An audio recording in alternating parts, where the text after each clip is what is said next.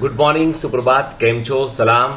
उम्मीद है आप सब लोग बेहतर होंगे और अपना ध्यान रख रहे होंगे। अच्छा, आप बताओ एक बात कि आप लोग संडे को जो काम की बात आता है, बायोमेंटर्स क्लासेस ऑनलाइन पर जो आपका काम की बात जो है वो जो रिलीज करता हूं मैं, वो आप देखते हो या नहीं देखते हो? आप लोग, आप में से कई लोग कहते हैं सर संडे को आप क्यों नहीं आते हो। एक्चुअली क्या होता है, सैटरडे की रात को जो है हम लोग थोड़ा लेट देर तक जग जाते हैं। सैटरडे की रात को बच्चों के साथ कुछ गेम्स खेलते हैं। बच्चे आजकल बड़ा अच्छा गेम लेके आए, वो कुछ पजल टाइप का है कि इसको जो है एक बोर्ड में जो है आपको जमाना पड़ता है कि कौन कितने अधिक ब्लॉक उसमें इस्तेमाल कर सकता है। और मैं लगातार जो है वो पिछले कई दिनों से जब भी बच्चों के साथ खेलता हूँ तो मैं उसमें हार रहा हूँ, लगातार हार रहा हूँ। मैं समझ नहीं पा रहा हूँ कि मैं क्यों हार रहा हूँ उसमें। और नीमो हमेशा जीत रहा है। नीमो मतलब मेरा बड़ा बेटा, वो जीतता है हमेशा के। और इनफैक्ट जो है कभी कभी भारती भी जीत जाती है उसमें। तो समझ में आया कि मतलब इस घर के अंदर यदि पजल या इस तरह के कोई गेम आएंगे तो इस घर में सबसे बुद्धू लोग दो ही है, मेरा छोटा वाला बेटा और मैं, है ना। छोटा वाला बेटा भी कभी कभी मुझसे आगे निकल जाता है। मतलब मेरे को अब लगता है कई बार कि मतलब कि जो है वो धीमे धीमे जो है वो बुद्धूपन की ओर आगे बढ़ते चले जा रहे हैं। क्योंकि पजल सॉल्व नहीं होती यार, वो पजल टाइप का कुछ गेम होता है, उसमें वो लोग लगा लेते हैं सोच के। या फिर मैं सोचता था एक्चुअली वो गेम खेलते हुए भी दिमाग में कुछ चल रहा होता था, फोकस नहीं कर पाते। बच्चे बड़े फोकस कर लेते हैं। मैंने बात क्यों किया है कि जो यंग किड्स हैं दे हैव मोर फोकस। यदि किसी काम को करेंगे तो और फोकस से कर देते हैं और सारी चीजें वो देख पाते हैं। जैसे मैं यदि आपके साथ कोई इस तरह का गेम खेलूं तो 100% है मैं आपसे हार जाऊंगा। ओके, आप यदि कोई मोबाइल ऑनलाइन गेमिंग की बात करें या कोई से कार्ड गेम की बात करें तो आप जीतेंगे, पक्का जीतेंगे आप, ठीक है। क्योंकि मतलब आपके पास वो फोकस है। लेकिन प्रॉब्लम तो वही है कि ये फोकस जो है पढ़ने में क्यों नहीं जाता, ठीक है। क्योंकि पढ़ने में चला जाएगा तो आप वहां भी फोड़ दोगे आप तो। और आपको तो मैं कि मैं एक बात गौर करता हूँ कि जो एकदम यंग जनरेशन जो होती है ना, वो और इंटेलिजेंट होती है। वो उसके रॉ मटेरियल जो ब्रेन का जो वायरिंग है, जो जो ऐसा कह सकते हैं न्यूरल सेटअप है, मुझे लगता है it is much more advanced. जैसे मैं कभी अभी देखता हूँ 1 साल 2 साल के बच्चों को देखता हूँ ना, तो वो मोबाइल फोन को वो समझ गए हैं कि ये बटन दबाने से ये होगा, ये बटन दबाने से यूट्यूब चल जाएगा, ये यूट्यूब का बटन है। मतलब बच्चे 1 साल 2 साल के बच्चे को देखना, आप मोबाइल फोन को ऑपरेट कर लेता हो, मतलब बेसिक। और वही आप 80 70 75 साल के व्यक्ति को देखोगे तो वो अभी भी हरा बटन से चालू करना है, लाल बटन से फोन कलेक्शन काटना है, वो इसी पर लटके हुए हैं। तो ये बहुत बड़ा फर्क है भाई। बच्चों का न्यूरल नेटवर्क जो है ना वो बहुत तेजी से अडॉप्ट करता है चीजों को। इसीलिए मैं आपसे हर बार कहता हूं इसीलिए कि आप जिस एज ग्रुप में हैं, this is the age for transformation. क्या यहां से हम जो है वो एक ट्रांसफॉर्म कर लेते हैं अपनी लाइफ को। बहुत इंपॉर्टेंट हिस्सा होता है।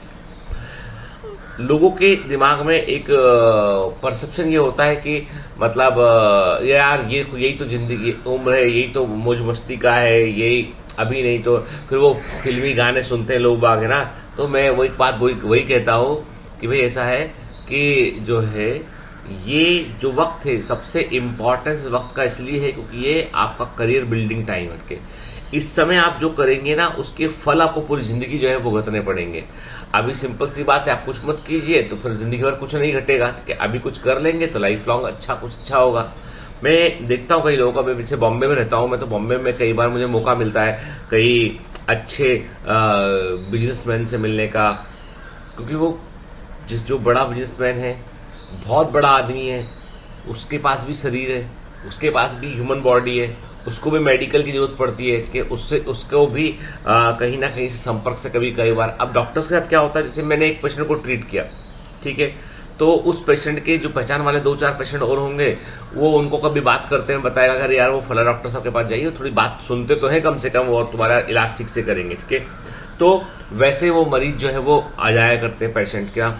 जैसे एक जो है मेरे एक परिचित थे, तो मतलब परिचित क्या, मैं आपको बताऊं कि मैं जो है मतलब एक कोई पेशेंट क्लिनिक पे आया, ओल्ड पेशेंट थे, वो नॉर्मल से पेशेंट थे। उनको देखा, उनको जो है वो डायबिटीज था काफी समय से। पुरानी बात बता रहा हूँ, मतलब 2019 वो आदिकाल की बात कर रहा हूँ मैं, कोरोना के पहले, प्री कोरोना पीरियड की बात कर रहा हूँ। तो तब मेरे पास वो आए, तो 2018 के आसपास की बात है। तो मेरे पास आए, उन्होंने बताया, देखा, उनकी वाइफ वो साथ में आए, ठीक है। मैंने उनका इलाज किया, सब कुछ किया। अब मालूम क्या हुआ, उसके बाद मालूम चला मुझे कि वो एक बड़े जज साहब हैं, हाईकोर्ट जज साहब हैं बॉम्बे के अंदर, उनके वो क्लोज फ्रेंड है वो, ठीक है। फिर उनको जज साहब को जरूरत पड़ी कभी, तो अब वो चूंकि माननीय जज साहब है तो उनके घर जाके फिर उनको भी डायबिटीज़, उनको कुछ समस्या थे, जाके देख के आए हम कि भाई अब इतने बड़े लोग हैं तो इतनी अथॉरिटी होती है, जाके देख कर आए। ठीक है, जज साहब बड़े खुश हुए, उनको सब कुछ ठीक हो गया by the grace of God. हम तो क्या दवा लिखते हैं देखकर, बाकी तो ईश्वर ही ठीक करता है। तो फिर उसके बाद उनसे रेफरेंस किसी बड़े, अब उनके संपर्क में तो बड़े बड़े लोग हैं, और ऐसे करते करते वो आप एक लेवल पे पहुंच जाते हैं जहां पर आपको पता चलता है कि आपकी वन डे यू गेट, आपको किसी पेशेंट को देखना जो बहुत बड़े सेलिब्रिटी पेशेंट है, नाम नहीं ले सकता मैं उसका, अच्छा नहीं है नाम लेना वो, क्योंकि पेशेंट, तो आप कभी कभी ऐसे लोगों से एनकाउंटर करते हैं जिनका बारे में आपने कभी सोचा भी नहीं होता। केवल आप अखबारों में देखे होते हैं, मैगजीन में देखे होते हैं, आप उनको टीवी पे देखे होते हैं, आप उनको भी, आप कई बार उनसे भी आप मिलते हैं, और आपके दिमाग में जब भी ये चीज़, तो आपके दिमाग में एक बात रहती है कि यार ये तो बहुत बड़े लोग हैं, ये पता नहीं कैसे व्यवहार करेंगे, क्या बोलेंगे।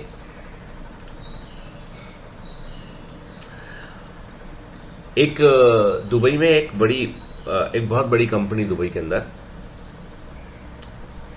वो लोग जो है बड़ा पॉपुलर इत्र है, परफ्यूम है दुबई के अंदर पूरी दुनिया में, उसका वो मैन्युफैक्चरिंग करते हैं, बहुत अमीर, बहुत बड़े लोग हैं।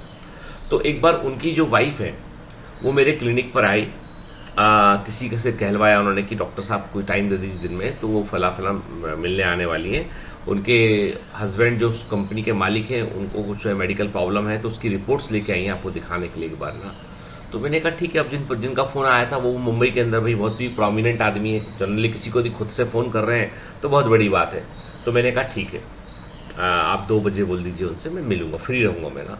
2 बजे वो दोपहर के वो आई, और मतलब वो जब आई तो एक दो लोग साथ में उनके, और ना एकदम मतलब आप सोचो कि वो जैसे होता है ना, एकदम जैसे वो क्या बोलूँ मैं आपको ना, कि कोई लाइट वाइट लगा दो किसी इंसान में, ऐसी चमकदार टाइप की एकदम से ना। तो वो क्लिनिक में एंटर किए ना, आई, और आने के बाद जो है ना बड़ी गर्मजोशी की, डॉक्टर साहब मैं दुबई से आई हूँ, फिर थोड़ा दिक्कत ही हो गया, 15 मिनट लेट थी तो ट्रैफिक मिल गया, मुंबई का ट्रैफिक तो बहुत ही ऐसा है, तो ऐसी बात करती रही। तो मैंने कहा ठीक है ना, बात किया, रिपोर्ट दिखाई, रिपोर्ट देखा, बताया उनको कि देखो इसमें ये प्रॉब्लम है करके, ठीक है। और अब चूंकि वो उनका रेफरेंस बड़ा था तो वो सब, तो मैंने बोला देखिए सर कि उन्होंने पूछा फीस, तो मैंने कहा नहीं कोई फीस नहीं, वो उन्होंने फ़ोन किया था, तो बस वो मेरे मित्र हैं इसलिए देयर इज़ नो फीस। पता है आपको, वो ऑलरेडी ने मालूम था कैसा होगा, तो बड़ा सा चॉकलेट का एक डब्बा कि सर ये डॉक्टर साहब ये बच्चों के लिए मैं चॉकलेट लेके आया दुबई से ना। ठीक है, बॉक्स डब्बा, चॉकलेट का डब्बा रख दिया उन्होंने, है ना। और उसके बाद फिर वो अपना चले गए। बाद में उनका जिन्होंने रेफरेंस दिया था उनका फ़ोन आया कि वो आपके आ गई थी, हमने कहा हाँ आके देख गई, देख लिया, आप चिंता मत कीजिए, ठीक है। And the chocolate that worth rupees 20,000 rupees chocolate. अब 20,000 का चॉकलेट अपने जिंदगी में खाया नहीं, पर देखे डब्बा खोल के, वो डब्बा का रेट वेट सब दिरहम में वो कायदा, तो वही ठीक है। मतलब पर क्या होता है कि ये जो आपको जो बहुत बड़े लोग लगते हैं ना, ये भी बहुत हम्बल लोग होते हैं, इनको पता होता है कि ये जानते हैं कि वो आपसे डील करने आए, ये जानते हैं कि वो आपसे मतलब वो कायदा जिससे बोलते हैं डेकोरम मेंटेन करना। पर हम लोगों में से कई लोग क्या होते हैं, पता तो मैं बहुत मतलब पते की बात बोल रहा हूँ ये इस बार। आज थोड़ा सा हम सामाजिक मुद्दे पे बात करेंगे, पढ़ने की बात नहीं करेंगे, नॉर्मल बात करेंगे, ठीक है। तो एक और बड़ी बात होती है कि हम में से कई लोग क्या कर सोचते हैं, हम में से कई लोगों के अंदर सबकॉन्शियस माइंड में एक तरह की जलन होती है। बुरा मत मानना, मैं जो बोल रहा हूँ सच बोल रहा हूँ। एक तरह की जलन होती है, कोई बहुत बड़ा आदमी यदि अपने बीच में से निकल के बड़ा बन जाए, सडनली हम रियलाइज करते हैं कि कुछ ना कुछ जरूर गलत किया होगा, कुछ जरूर गलत करता होगा, कुछ ऐसा होता होगा, नंबर 2 का काम करता होगा, ये करता होगा, वो करता होगा, अरे हमारे तो पैसा है। वो एक तरह की जलन अंदर से सबको आती सब। जबकि यदि आपको लाइफ में बड़ा बनना है ना, तो आपको उस जलन को छोड़ना पड़ेगा, आपको उस व्यक्ति का अनुसरण करना पड़ेगा कि उसने कैसे किया, क्या उसके फंडामेंटल्स थे, क्या उसके दिमाग में था जो वो कर गया इतना अच्छा, क्या कितना डिटरमाइंड था अपने गोल के लिए वो कर गया ऐसा। तो कई बार हम लोग जो है वो चीज़ों को मिसकैलकुलेट करते हैं। मुझे अच्छे से ध्यान है कि मुझे एक बार ऐसे ही मैंने कहा ना आपसे कि ऐसे ही संपर्क से, मतलब मैं ये एक बात क्लियर कर दूं कि मैं कोई बहुत महान डॉक्टर नहीं हूँ, कोई बहुत बड़ा डॉक्टर नहीं हूँ, मैं बिल्कुल सामान्य डॉक्टर हूँ जिसको अपने फील्ड के बारे में थोड़ा बहुत जानकारी है। मैं बहुत सर्वज्ञ भी नहीं हूँ। जो मरीज आता है, पेशेंट आता है, उसे देखता हूँ, मैं ध्यान से उसकी बात सुनता हूँ, उसके ध्यान से जांचें करवाता हूँ, ठीक है। और बगैर जो है जांचें करवाने के पीछे मेरा कोई मोटो नहीं होता है। जो जांचें होती हैं, जहाँ कराना तुम वही वहाँ करा लो, अच्छी ऑथेंटिक रिपोर्ट होना चाहिए लैब की। उसे करने के बाद मैं ईमानदारी से जो है वो ये सोच के काम करता हूँ कि कि I am doing the work of God, ठीक है ना। और ईश्वर जो है ना वो बहुत दयालु होता है, वो आपके लिए ऐसे रास्ते खोल लेता है जिन रास्तों से आप जो है वो आप मंजिल की ओर करीब होते हो और आप सक्सेस की तरफ बढ़ जाते हो, ठीक है। मैं कहता हूं कुछ नहीं करना दुनिया में, आपको सिर्फ ऑनेस्टली, ईमानदारी से, सच्चे दिल से अपना काम करना है। सफलता के रास्ते अपने आप खुलते चले जाएंगे, अपने आप खुलते चले जाएंगे। आज जो हम और आप मिले हैं, तो बायोमेंटर्स की शुरुआत कभी इसलिए ऐसे नहीं हुई थी कि किसी दिन ये चैनल बनेगा, इतना बच्चा होगा, पढ़ेगा। कभी सोचा ही नहीं था कभी इसमें, बस मन में था, करते गए इसको, करते करते आप लोग मिले, सब अच्छे लोग एक दूसरे को साथ जोड़ लेते, एक नेटवर्क बन जाता है, बन गया। आज आप और हम मॉर्निंग में बात कर रहे हैं इस बारे में। तो मेरे को मौका मिला इसी प्रकार, एक बड़े बिजनेसमैन है, उनको भी मैंने जो है मुझे मौका मिला, उनकी मदर को ट्रीट किया। एक बड़े फिल्म स्टार है, उनकी भी मदर, उनको भी ट्रीट किया। अब नहीं रहे वो, तो ऐसे कई लोग हैं। तो मुझे मौका मिला जो है आकाश अंबानी की, अब अंबानी जी की मैरिज में जाने का, ठीक है। तो मेरे पास कार्ड था, तो वो बहुत सॉर्ट आफ्टर चीज थी वो, कि अंबानी जी की शादी हो रही, बेटी की शादी के में भी गया मैं, बेटे की शादी में भी गया।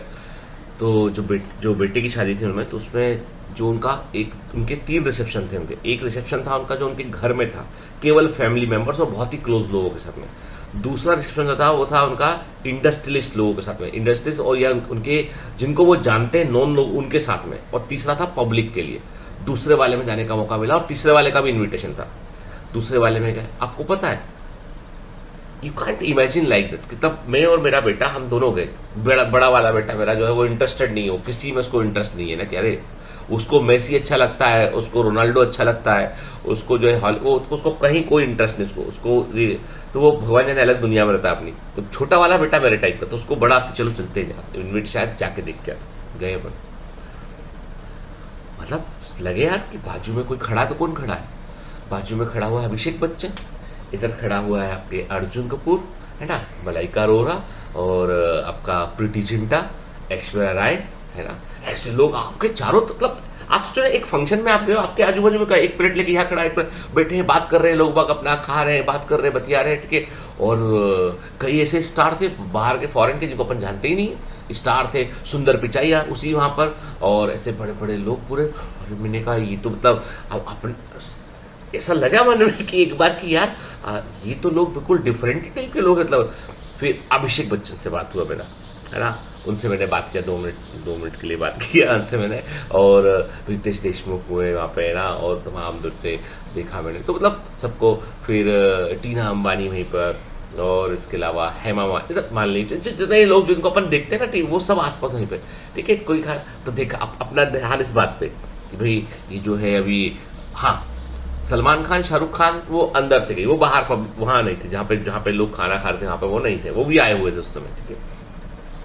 तो देखा अपन ने कि भैया ये जो ऐश्वर्या राय क्या खाती है, तो देखा भैया बेटी आराध्या बेटी के साथ में गई, वो उसको भी अपन जैसे अपने जैसे अपन चॉकलेट होती है, वो आइसक्रीम में वो चॉकलेट लगवा के ले आते हैं, तो वो लाके दिया बेटी को, बेटी उनकी खा रही हो, है ना, वाइट, दोनों माँ बेटी जैसे कपड़े पहने ना, मतलब बिल्कुल नॉर्मल।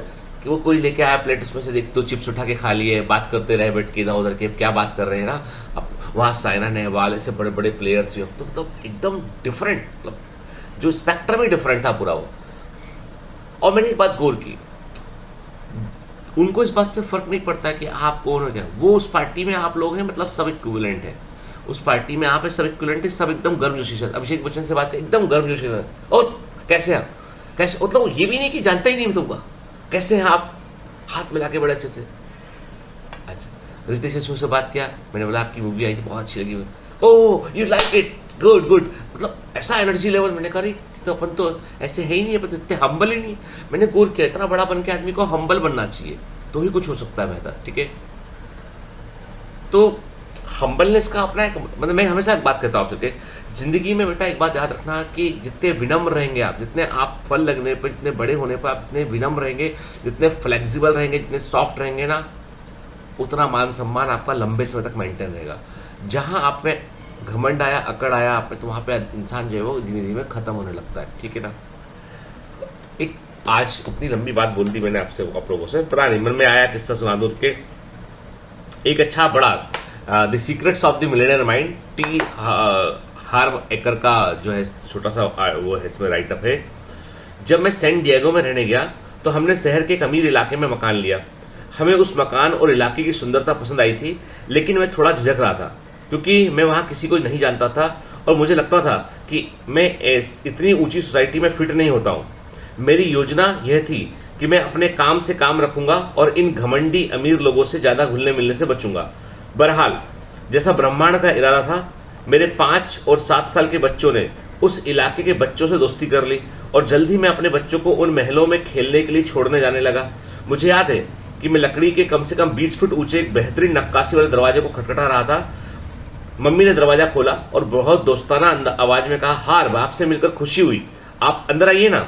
मैं थोड़ा चकरा गया जब उन्होंने मुझे आइस टी और फ्रूट प्लेट सब थमा दिया। मेरा शंकालू मस्तिष्क बार बार पूछता रहा कि पेच क्या है।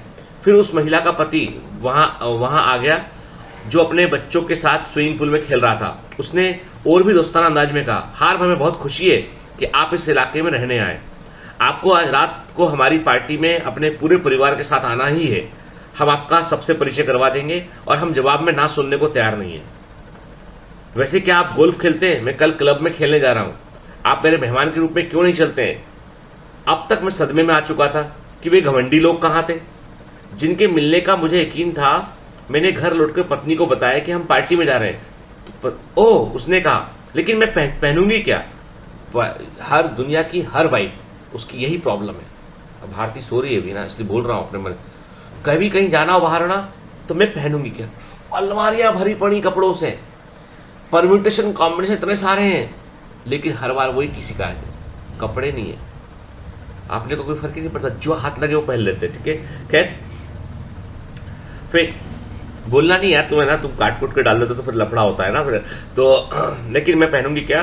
देखो प्रिय, तुम समझती नहीं हो। मैंने कहा वे लोग बहुत अच्छे और अनौपचारिक हैं, तुम तो बस जैसी हो अच्छी लगोगी। हम उस शाम पार्टी में गए। वहां हमें बहुत गर्मजोश, दयालु, उदार और स्नेही लोग मिले। एक बिंदु पर बातचीत एक परोपकारी मुहिम की ओर मुड़ गई जिसकी अध्यक्षता एक मेहमान कर रही थी। एक के बाद एक चेकबुक बाहर निकलने लगी। मुझे तो यकीन ही नहीं हुआ। मैं दरअसल यह देख रहा था कि लोग उस महिला को पैसे देने के लिए लाइन लगाए खड़े थे, लेकिन हर चेक के साथ एक शर्त थी। शर्त यह थी कि इस मामले में आदान प्रदान होना चाहिए। वह महिला दान देने वाले परोपकारी संस्था में भी दान देगी। जी हाँ, वहां मौजूद हर शख्स किसी न किसी परोपकारी संस्था का अध्यक्ष था या प्रमुख व्यक्ति था। अब आप बताइए। अब इसमें देखो, जिसके यहां गए उसके बारे में लिखा उन्होंने। जिनके यहां हम गए थे वे वेरिकोज वीन शिराओं के एक डॉक्टर थे। हम उनके परिवार के करीब आ गए। वे अपनी विशेषज्ञता के क्षेत्र में दुनिया में सर्वश्रेष्ठ डॉक्टरों में से एक थे।